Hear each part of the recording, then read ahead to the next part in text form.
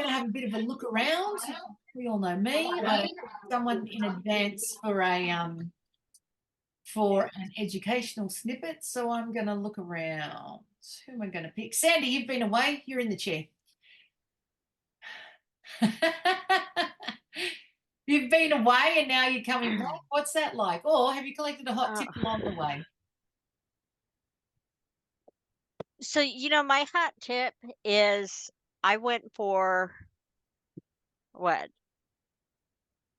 Just a little over a week with like a really high fever. I mean, I wasn't able to concentrate. I definitely was not getting in any clients' books. But you know what? Through the whole thing, because of communication, I didn't lose one customer. Everything just kind of rolled. Everyone was very understanding.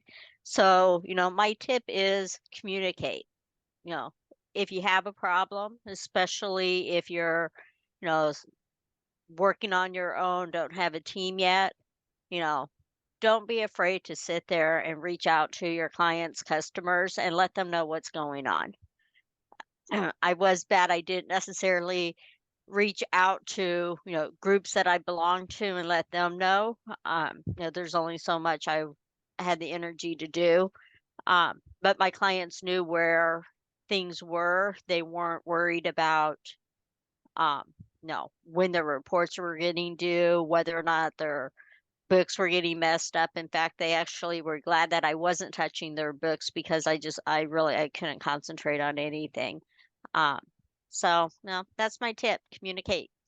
I love it. That's a great tip. And interestingly, I've been at the Dolby Chamber of Commerce twice this week already. That's the next town over.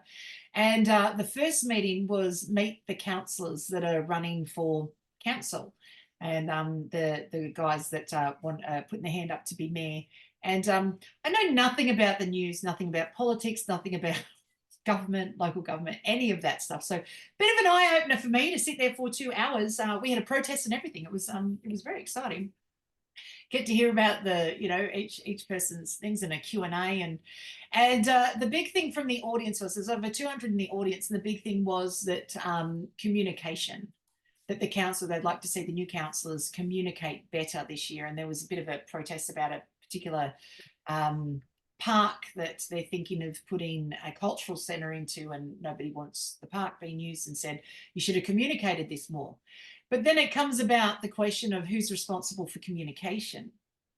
Should it be all on the council, or should it be on the community for reaching out and paying attention to what's happening in the town?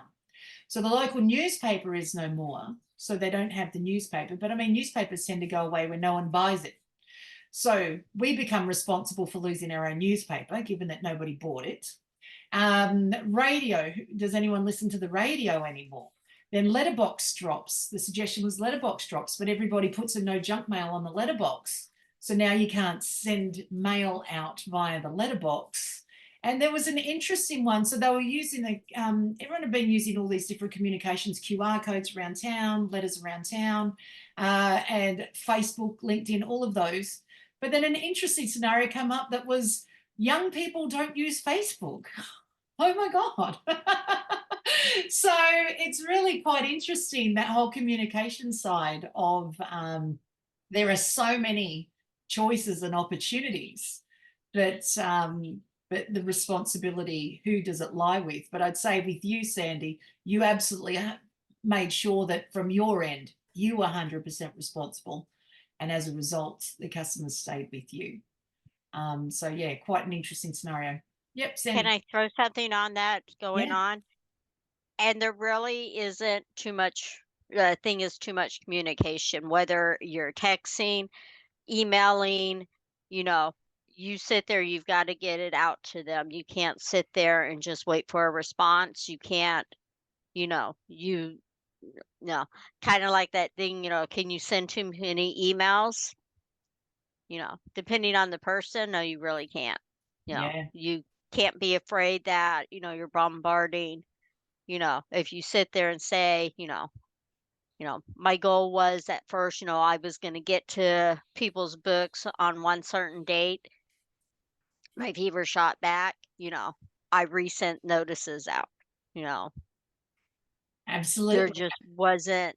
And yeah, and in a group setting, you know, I would rather hear from everyone that, meeting is changing for one reason, get that email from, um, you know, all the co-hosts, all, the person who's setting it up, you know. Yeah, I'd rather it- get 17 than something's changed. Who noticed with my email Mhm. that I sent out and I did it really big right at the top and bold with the reminder for business at breakfast? Could you just send me back a thumbs up so I know you got my email, because I'm checking that my email is going out. And I've just had that was my way around trying to work out with these email changes that Google's doing and things like that, is actually, is anyone even receiving this? And I'd been brainstorming that, going, how do I do this? And I got many thumbs up and I've got it. And then I had one person write and say, but I haven't for the last 2 weeks. Excellent. So now I can see where things are. So that was, yeah, just different ways can you get someone to respond back so that you know things are working as well. So great tip there, Sandy. Quite a controversial topic. That whole communication thing, it's very important.